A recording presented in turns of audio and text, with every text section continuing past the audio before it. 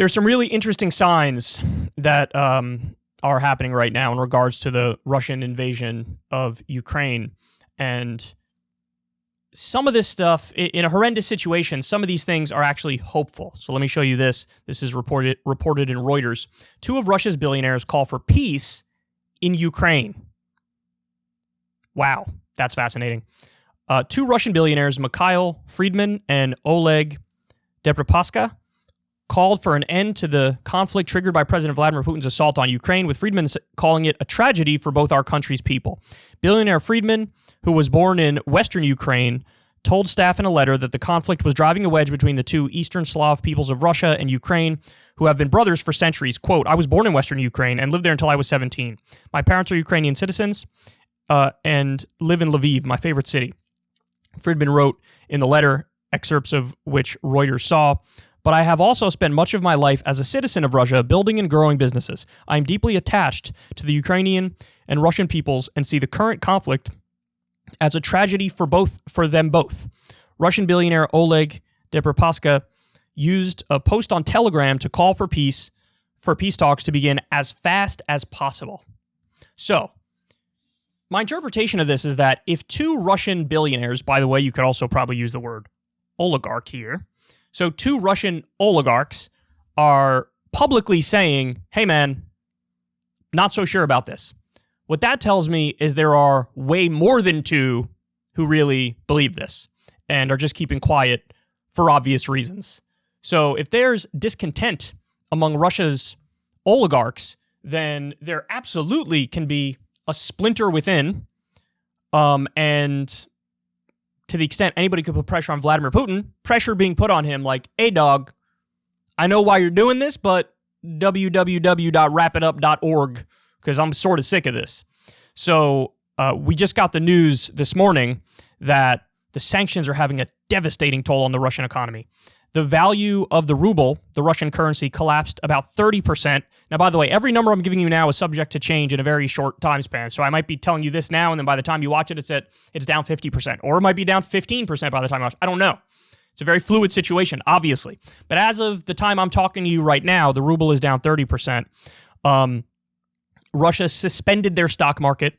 There are runs on Russia's banks, and now allies are blocking Putin from about $600 billion in reserves, which is further making the economy contract. They also hit the Sovereign Wealth Fund and Russia's foreign ministry as well. So, look, if you're a billionaire, you're doing pretty well. Like, you hit the lotto, almost definitionally.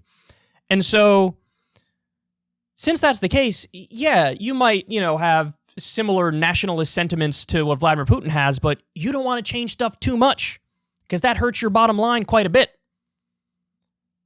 So clearly, they do not like this at all. And we'll see what happens. Honestly, the best hope is that there's some sort of pressure behind the scenes and some situation behind the scenes that changes the balance of power within Russia, because clearly this has gone too far. And now, we're getting more and more military updates about what's going on as well. There's some reporting that Russia is effectively surrounding Kyiv. I think when it was reported early on that was happening, the mayor of Kyiv, who, by the way, is one of the Klitschko brothers, one of the famous boxers, came out and said, actually, that's not true. They're not surrounding Kyiv. But now, my understanding is that as of this morning, they do effectively have Kyiv surrounded. So, look, I told you guys before, I'll tell you again, it's hard to predict anything with the fog of war, but Russia has overwhelming military might, and Ukraine is not nearly as powerful. So it really is just a matter of time until, Kyiv falls.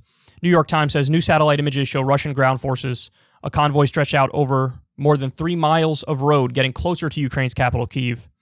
The forces include infantry, fighting, and supply vehicles around 40 miles northwest of Kyiv. So I don't know, man. We'll see. The thing that's a terrifying thought to me, and again, watch all my other segments on this as well, because they're all important, is that I don't see an off-ramp for Putin. Like, what sort of concession can be made by the West that would actually satiate him and have him be able to save face and turn around to the Russian public and say, I got what I wanted. Because the fact of the matter is, even before the invasion, you had Zelensky say, hey man, Ukraine joining NATO is sort of a dream, and our bid has stalled, and so I don't really think we're going to be able to join NATO. So if that is what Putin is really concerned about, and that's one of the things he says he's most concerned about, it's like, all right, dog, take your W and go home. But he didn't take his W and he didn't go home, so what now? I mean, one of the things he's arguing for is, well, you need to totally now demilitarize Ukraine.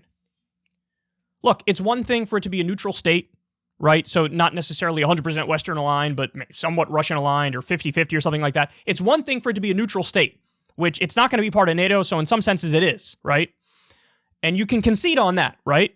But it's a totally other thing to say, hey, disarm as I'm attacking you.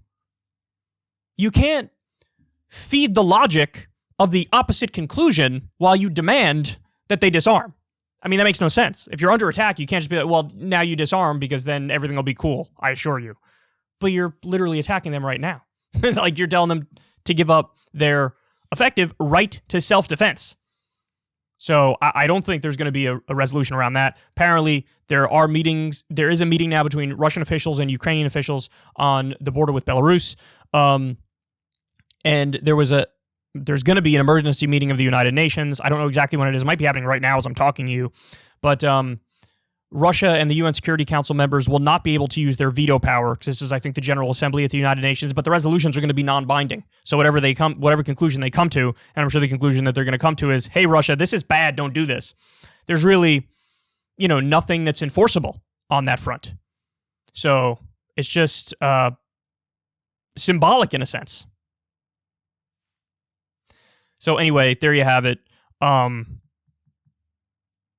billionaires expressing discontent is a good sign, but let's just say the bad signs far outweigh the good signs. If there's like 712 bad signs about escalation and whatnot, the nuclear level being raised, so on and so forth, this is like really the tiniest silver lining in the world, but we'll take it and we'll see what happens moving forward.